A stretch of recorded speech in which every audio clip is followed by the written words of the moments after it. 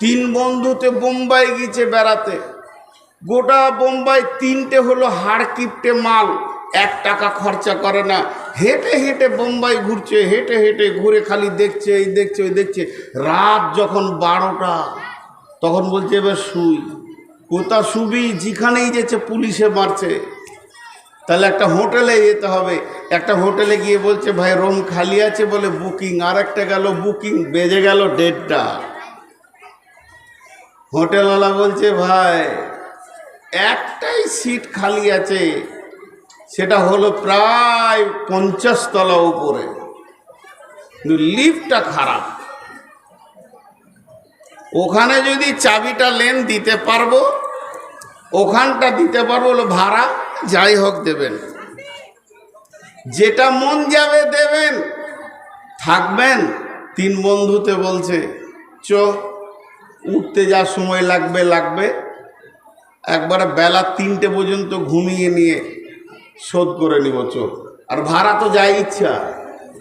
দুজন গল্প বলছে উঠছে, গল্প বলছে উঠছে, আর মাঝে একটা তোতলা আছে, তোতলা, ও খালি মাঝে মাঝে বলছে শোন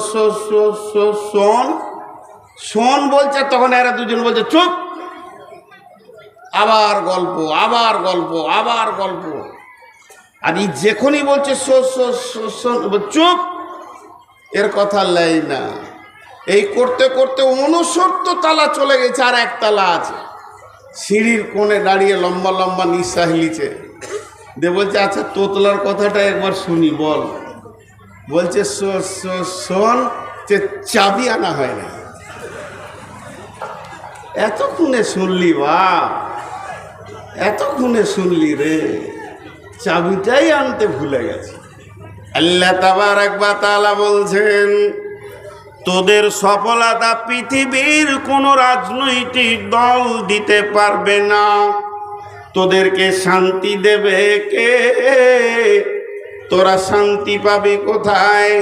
ওয়াদাল্লাহুল্লাযীনা আমানু মিনকুম ওয়া আমিলুস সালিহাতি লা ইস্তাখলিফান্নাহুম ফিল আরদি কামা ইস্তাখলাফাল্লাযীনা মিন ক্বাবলিকুম। একটু ধ্যান দিই কথাটায়, আপনারা আমার সঙ্গে উত্তর দেন। গোটা কোরআনে একটা মিথ্যা আছে, আস্তাগফিরুল্লাহ, একটা জের যাবার ভুল আছে। আল্লাহ একটাও, বলতে লজ্জা লাগছে কিন্তু বোঝানোর জন্য বলছি, কোনো ভুল কথা বলেছেন কোরআনে? জি না, সব ঠিক। এবার বলেন, আমি ওয়াদা করলাম আজকে জালসায় আসব, এই ওয়াদাটা আমি রক্ষা করেছি না আল্লাহ আমাকে তৌফিক দিয়েছেন? আল্লাহ তৌফিক দিয়েছেন। আল্লাহ যদি তৌফিক না দিত তো রাস্তায় পড়ে থাকতাম। তাহলে মানুষ যে যা ওয়াদা করবে, তৌফিক চাইতে হবে আল্লাহর কাছ থেকে, সাহায্য চাইতে হবে সেটা পুরা করার জন্য। কিন্তু আল্লাহ যদি ওয়াদা করেন, জোরে বলেন, আল্লাহ যদি ওয়াদা করেন, আল্লাহ কি কারো কাছে তৌফিক চাইবে? না, আল্লাহ নিজেই সক্রিয়। আল্লাহর ওয়াদা ফেল হবে এরকম মনে হচ্ছে কাউকে? এতটি লোক একজন হাত তুলে বলেন যে হ্যাঁ আল্লাহর ওয়াদা ফেল হতে পারে। হবে না। সেই আল্লাহ কি ওয়াদা করছে দেখেন, ওয়াদাল্লাহুল্লাযীনা মিনকুম ওয়াদাল্লাহুল্লাযীনা মিনকুম।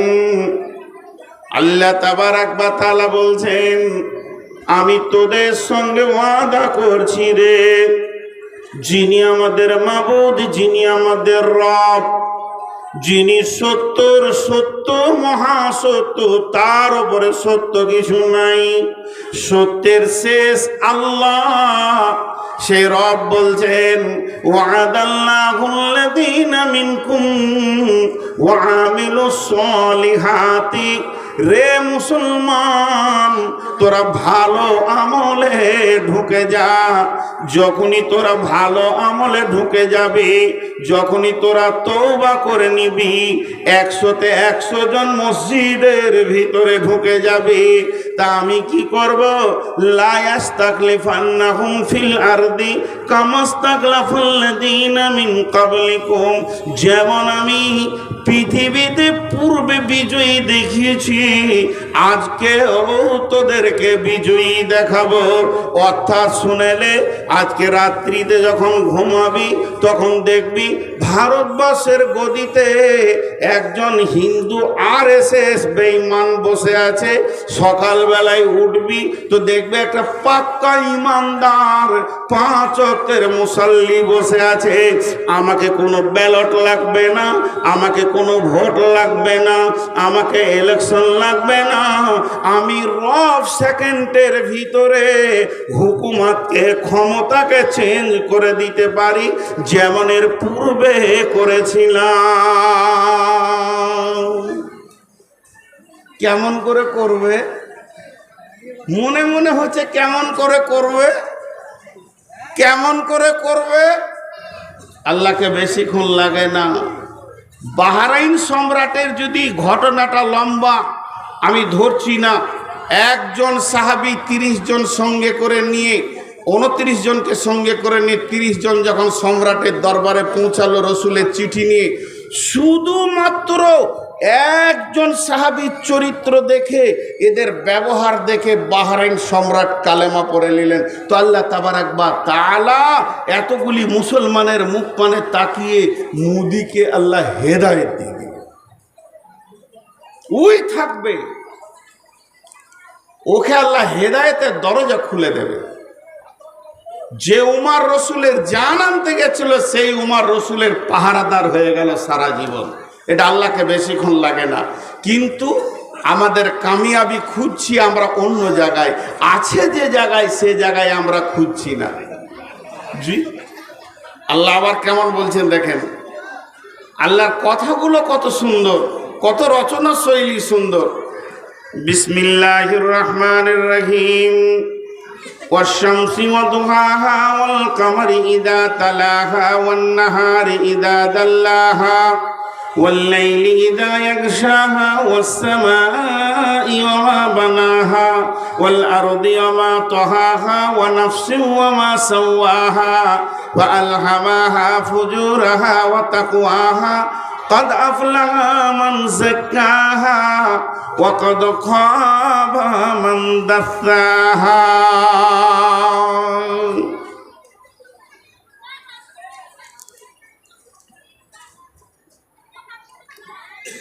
এরা বসছে না কেন? আহা, না, গরম পানি তো জাহান্নামে। আসলে এদেরকে ওর আব্বা বলেছে, বসবি না রে বাপ, বংশ পরিচয় নষ্ট হয়ে যাবে। তোর দাদাও বসেনি, আমিও কোথাও বসিনি, তুইও বসবি না। বংশ ঠিক রাখতে হবে। দাঁড়িয়ে থাকেন, কথাটা দেখেন। ইনি আমার অনেক মহব্বতের মানুষ, ওনাকে দিয়ে উদাহরণটা দিচ্ছি। উনি আমাকে বলছেন যে, নূর মোহাম্মদ ভাই, আপনি 2টা মিষ্টি খান, আর আমি সুগারের রুগী।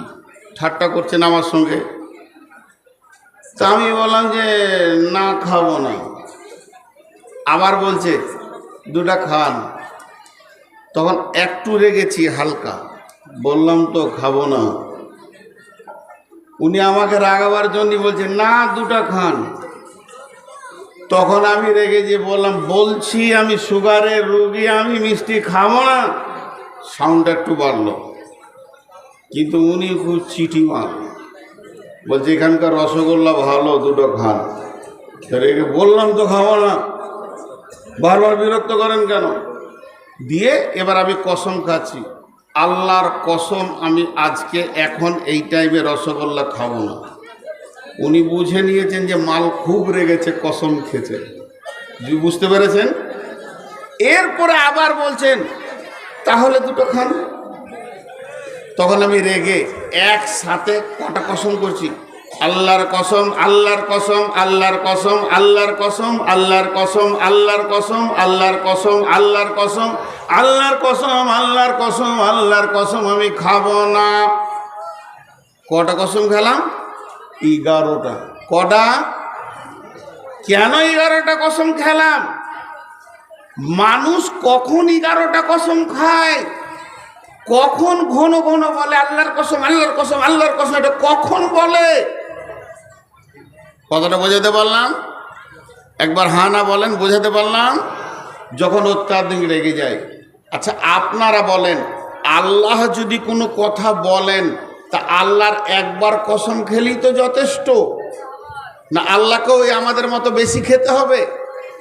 কিন্তু আল্লাহ একবার খেলেই যথেষ্ট। আল্লাহ যদি বলেন এই ওঠ তোরা, তা আমাদেরকে এক্ষুনি উঠতে হবে, হবে কি হবে না? আল্লাহ যদি বলেন এখন যে ওঠ, তা আমরা উঠবো কি উঠবো না? সবাই উঠে যাবো, আর বসে থাকবো না, কারণ আল্লাহ বলেছেন। কিন্তু ওই আল্লাহ যদি কসম করে বলে যে তোকে কসম দিচ্ছি ওঠ, তাহলে আরো গুরুত্ব আছে। আর সেই আল্লাহ 11টা কসম খেয়েছেন। কি ব্যাপারে কসমটা খেয়েছেন? কি এমন দামি গুরুত্ব জিনিস, কতটা প্রয়োজন, আল্লাহ 11 বার কসম খেয়েছেন। খালি এইটাতে মাথাটাকে 2 মিনিট ঘোরান। ওরে সুবহান আল্লাহ, এটা কোনো মওলানা কসম খায়নি, এটা কোনো নবী কসম খায়নি, এটা কোনো জিব্রাইল কসম খায়নি, এটা কোনো ফেরিস্তা কসম খায়নি, এটা কোনো সাইকুল হাদিস কসম খায়নি। স্বয়ং আরশের গদিতে যে বসে আছে, সারা পৃথিবীর প্রাণগুলো যার মুষ্টিতে, যে 1 সেকেন্ডে জান্নাতিকে জাহান্নামী, জাহান্নামীকে জান্নাতি বানাতে পারে, যার বিরুদ্ধে কেউ কিছু করে নিতে পারবে না, তিনি সমস্ত পৃথিবীকে মুষ্টির মধ্যে রাখেন। এই রকম ক্ষমতাবান আমাদের জন্য 11 বার কসম খেয়েছে কেন? এর উত্তর হচ্ছে, মানুষের অভ্যাস হচ্ছে কসম না খেলে ওর গা ভিজে না। মানুষের অভ্যাস কি?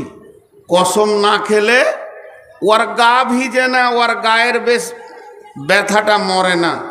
তা আল্লাহ কসম খেয়েছে 2টি জিনিসের জন্য।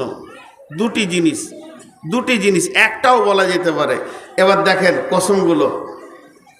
বিসমিল্লাহির রহমানির রহিম।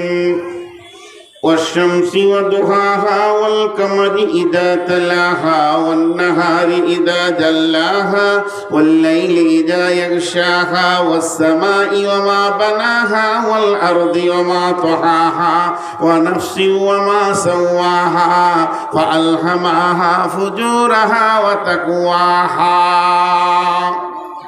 আল্লাহর 11টা কসম খাওয়া হয়ে গেল। ছোট্ট মতো কথা, এইটুকু কথার জন্যে এতগুলি কসম। সেই কথাটা কি? কদ আফলাহা মান যাক্কাহা ওয়া কদ খাবা মান দাসাহা। বাস, কদ আফলাহা মান যাক্কাহা ওয়া কদ খাবা মান দাসাহা। আল্লাহ এতগুলি কসম, এত লম্বা কসম, এত মজবুত কসম, এত রাগান্বিত কসম, এতগুলি কসমের পর মাত্র 2টি ছোট কথা বললেন। 1 নম্বরে বললেন যে লোকটা পাক হবে, পাক মানে পবিত্র থাকবে, সে সফলতা পেয়ে যাবে। আর যে লোকটা না পাক থাকবে, ওই লোকটা ফেঁসে যাবে, ওই লোকটা একদম বিপদে পড়ে যাবে, ও সফলতা পাবে না।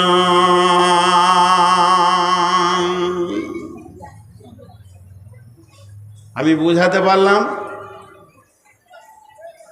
এতগুলি লোক একবার বলেন, যে পাক থাকবে সে কি হবে? সফল হয়ে যাবে। আর যে না পাক থাকবে সে কি হবে? ফেঁসে যাবে। আর একবার বলছি, যে পাক থাকবে সে কি হবে? সফল হবে। আর যে না পাক থাকবে সে কি হবে? ফেঁসে যাবে। আমি আর বড় ভাই 2জন হাঁটছি মসজিদের দিকে, গেটে গিয়ে ছাড়াছাড়ি। উনি ঢুকে পড়লেন, আমি ঢুকলাম না।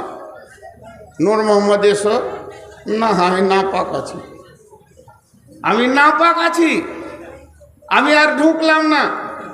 2টি মেয়ে একসঙ্গে মসজিদের দিকে হাঁটছে, একটা মেয়ের মেন্স হয়েছে, একটা হয়নি। ও ঢুকে গেল, এই ঢুকলো না, বলে আমি না পাক আছি। যে নাপাক হলো সে পেছিয়ে গেল গেট থেকে, আর যে পাক হলো সে ঢুকে গেল। তো আল্লাহ বলছে একদিন সফল আর অসফলের বিচার হবে। সেই দিন বাঁচবে কে? যে পাক থাকবে, পবিত্র থাকবে, ও বেঁচে যাবে। আর যে নাপাক থাকবে ও কি হবে? ফেঁসে যাবে। আমার সঙ্গে কথার উত্তর দেন, তাহলে সামনের দিকে এবার আগাবো। সফলতা পাবে কে?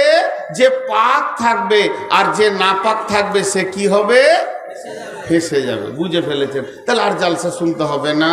এখন সোজার উঠে পড়েন, গামছা নিয়ে একদম নদীর ধারে নদীতে চলে যান, পুকুরে চলে যান, সাবান নিয়ে মাথা থেকে পা পর্যন্ত ময়লাকে কুচলে তুলে পরিষ্কার পরিচ্ছন্ন হয়ে যান, জান্নাত পেয়ে যাবেন। জান্নাত পেয়ে যাবেন। মা বোনেরাও বাড়ি চলে যান, গোসল টোসল করে পরিষ্কার পরিচ্ছন্ন হয়ে একবারে লিপস্টিক লাগিয়ে এলেন, জান্নাত চলে যাবেন। কারণ আল্লাহ বলেছেন যে পাক থাকবে সে বেঁচে যাবে, যে নাপাক থাকবে সে ফেঁসে যাবে। ব্যাখ্যা বুঝতে ভুল হচ্ছে, ব্যাখ্যাটা বুঝতে ভুল হচ্ছে, কোনো সময় বুঝতে ভুল হয়।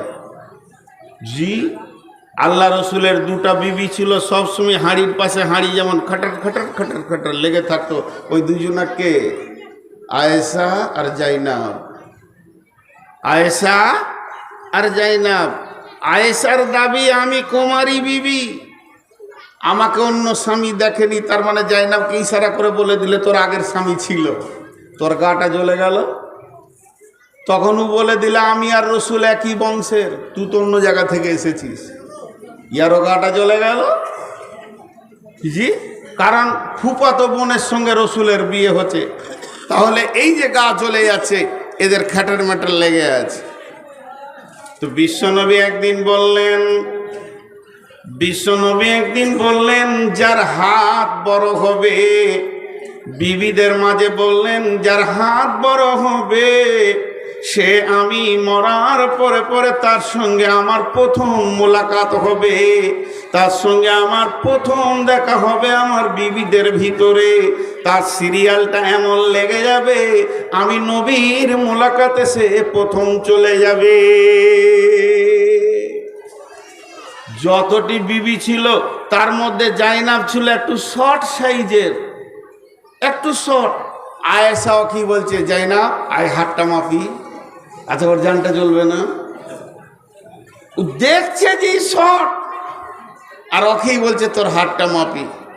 কিন্তু বন্ধুরে, যেদিন বিশ্ব নবী পৃথিবী থেকে চলে গেলেন, বিবিদেরকে পৃথিবীর মাটিতে রেখে তিনি জান্নাতের পথে চলে গেলেন, সেদিন যতগুলি বিবি বেঁচে ছিলেন তার ভিতরে প্রথমেই যে বিবিটা দুনিয়া ছেড়ে চলে গেলেন জান্নাতের পথে, ওই আল্লাহর পথে পড়ে গেলেন, ওই মেয়েটি ছিল জাইনাব, যেটা শর্ট সাইজের। উনি আগে চলে গেলেন।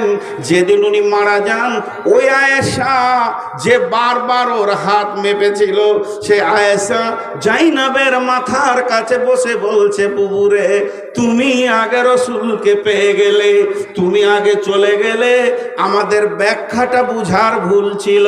আমরা ভেবেছিলাম যার এই চামড়া হাড্ডির মাংসের হাতটা যার বড় হবে, কিন্তু আসলে হিসাব করে দেখছি নবীর বিবিদের ভিতরে জাইনাবের মতো দানি কেউ ছিল না, খালি সব উজাড় করে দান করে দিত। আজকে ব্যাখ্যাটা বুঝলাম, যার দানের হাত বড় হবে সে আগে যাবে।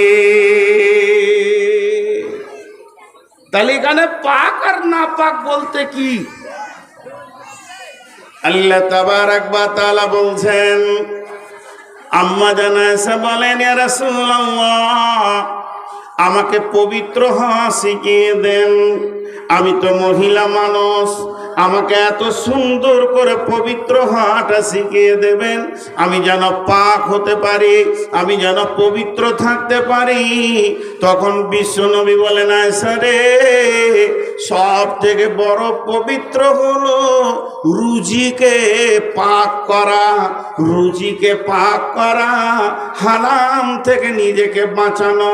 তার কারণ হচ্ছে শরীরে যদি ময়লা লেগেও যায় সাবান দিয়ে ধুলে পাক হয়ে যাবে। আপনি আমি যদি না পাকও হয়ে যাই তাহলে গোসল করলে পাক হয়ে যাব, কিন্তু হারামখোর কোনোদিন মহাসমুদ্রে ডুবে থাকলেও পাক হবে না। হারামখোরকে পাক করার একটাই রাস্তা, ও আমার মা, ওরে আমার বোন, সোনার ভিতরে খাদ ঢুকে গেলে যতক্ষণ পর্যন্ত অ্যাসিডে বা আগুনে না নিয়ে গেছে আসল সোনা বের হবে না। হারামখোরকে পবিত্র একটা জিনিসে করতে পারবে, তার নাম হলো জাহান্নামের আগুন। এর জন্য আমার আল্লাহ বলছেন পৃথিবীর বুকে যত হারাম আছে তার থেকে তুই নিজেকে বাঁচা। খবরদার হারামের দিকে যাবি না, হারাম খাবি না, হারাম চিন্তা করবি না। কদ আফলাহা মান যাক্কাহা, যে নিজেকে হারাম মুক্ত করতে পারবে ওই লোকটা বেঁচে যাবে, কামিয়াবি পাবে, সফল কাম হবে। ওয়াকাদ খাবা মান দাসাহা, আর যে লোকটা হারামের সঙ্গে গোলতাল মিলিয়ে জীবন কাটাবে ওই লোকটা কোনোদিন পাক হতে পারবে না।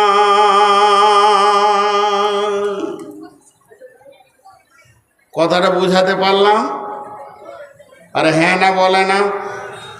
সুদ খাওয়া হালাল না হারাম? হালাল। মাশাআল্লাহ, এই গাঁয়েই বাস করবো রে ভাই। আপনি এগুলো শিখাচ্ছেন নাকি? দেখেন ভালো মৌলবি পেয়েছেন আপনারা। সুদ খাওয়া, সুদ খাওয়া হারাম। তো সব থেকে বড় সুদখোরের নাম হচ্ছে হযরতে আব্বাস রাদিয়াল্লাহু তাআলা আনহু, রসুলের নিজের চাচা। আরবে এত বড় সুদখোর আর কেউ ছিল না, বুঝছেন? কিন্তু হযরতে আব্বাস যখন কালেমা পড়লেন, নিজেকে পবিত্র করতে গেলেন, রাসূলুল্লাহ সাল্লাল্লাহু আলাইহি সাল্লামের কাছে তৌহিদের পানিতে গোসল করতে গেলেন, তো উনি আল্লাহ রসুলের কাছে কালেমা পড়লেন, আশহাদু আল্লা ইলাহা ইল্লাল্লাহু ওয়া আশহাদু আন্না মুহাম্মাদান আবদুহু ওয়া রাসূলুহু। কালেমা পড়া হয়ে গেল, কালেমা যে শেষ হয়ে গেল, বিশ্ব নবী ঘোষণা দিয়ে দিলেন, ও আরবের মাটির লোক, আমার চাচা এতদিন বেঈমান ছিল, সে সুদের ব্যবসা করেছে, আজকে সে কালেমা পড়ে নিয়েছে, আর আমার চাচা সুদ খাবে না এমন গোসল করেছে, আর ময়লার সঙ্গে নিজেকে মিশাবে না।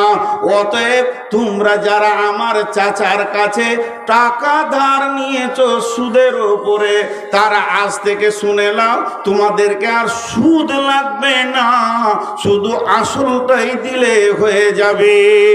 এই ঘটনা যখন বিশ্বনবী বলে দিলেন আরবের লোককে, তখন একজন দৌড়ে গিয়ে বলছে, ও আব্বাস, তুমি কি বড় লস করলে আব্বাস, তোমার ভাতিজা, তোমার ভাতিজা, তোমার ভাইপো, তোমার ভাস্তা এমন ঘোষণা করে দিল মজলিসে, আমার চাচার আর সুদের টাকা লাগবে না, তোমার তো লাখ লাখ টাকা লস হয়ে গেল।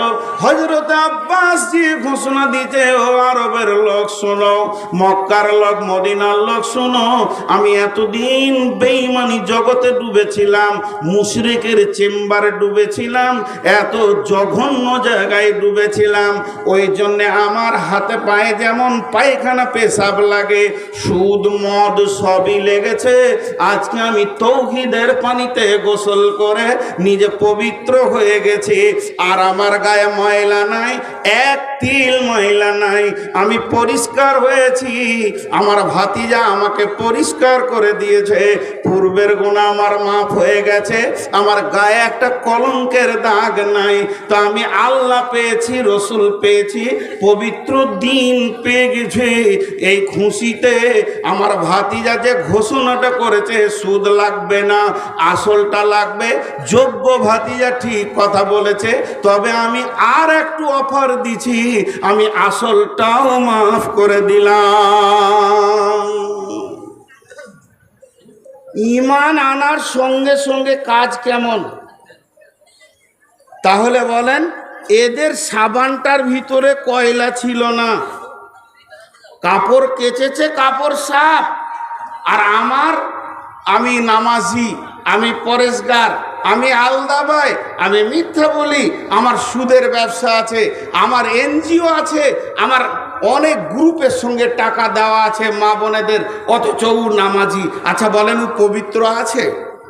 সাদা কাপড়ে পেশাব পায়খানা সব কিছু লেগে আছে। আল্লাহ বলছে তুই ফেঁসে গেছিস, হয় পরিষ্কার সাদা হ, আর না হয় ময়লা নিয়ে থাক। আপনাদেরকে বুঝাতে পারলাম? আমি এতক্ষণ কি বুঝালাম? টোটাল আমার বক্তব্য আমি 1 ঘন্টা দিয়ে ফেলেছি। 1 ঘন্টায় আপনাদেরকে কি দিলাম? যদি এখন জালসাটা বন্ধই হয়ে যায় বা আমি মারা যাই, আগামী কাল সকালে আপনার বিআই আপনাকে ফোন করে বলবে, ভাই জালসাটা হলো? বলে হ্যাঁ হয়েছে। ভাই নূর মোহাম্মদ এসেছিল? বলে হ্যাঁ এসেছিল। তো মারাই গেল। তো উনি বক্তব্য রেখে গেছেন মাত্র 1 ঘন্টা। 1 ঘন্টায় আপনি কি পেয়েছেন? আপনি বলবেন আমি 1 ঘন্টা তো ওনার কাছ থেকে একটা জিনিস পেয়েছি।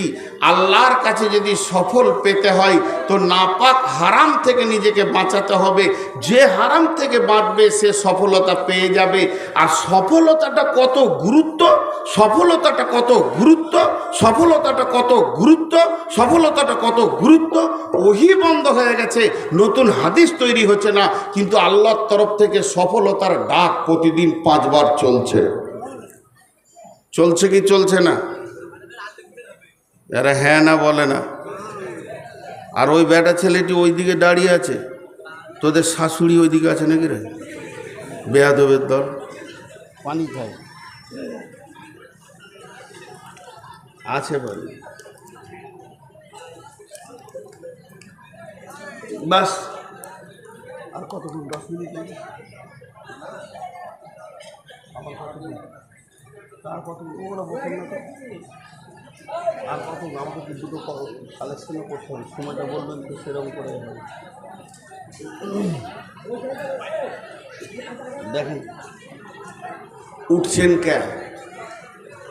ওই মিয়া বই আছেন বাংলাদেশের ভাষা। জি বসেন বসেন। হ্যাঁ কি হলো? ওরা বসবে না। বসিয়েন না ভাই, হাতগুলো ধরে বলছি। যদি বসে যান তা আপনাদের মান সম্মান চলে যাবে, কারণ আপনার বাপ দাদারা জীবনে বসে নেই। ওই মোবাইলওয়ালা তুই আগে বস। আর এখানে মোবাইলওয়ালারা এমন করে মোবাইল দিয়েছে, সাবুদ্দিন এটা মোবাইলগুলো এদিকে আনতে আনতে কত দূরে এনেছে, এখানে রাখলেই হতো। আর বলবো না কিছু। জি আপনারা আমার সঙ্গে 2-3টি প্রশ্ন করে আমি জানবো যে এত দূর কি বুঝলেন। সফলতার ডাক বন্ধ হয়েছে? বলেন বন্ধ হয়েছে? আর যে নিজেকে সমস্ত হারাম থেকে মুক্তি করতে পারবে সে বেঁচে যাবে, সফলতা পাবে। আর যে গোলতাল মিলিয়ে থাকবে ও পাবে না। এই পর্যন্ত বক্তব্য হলো।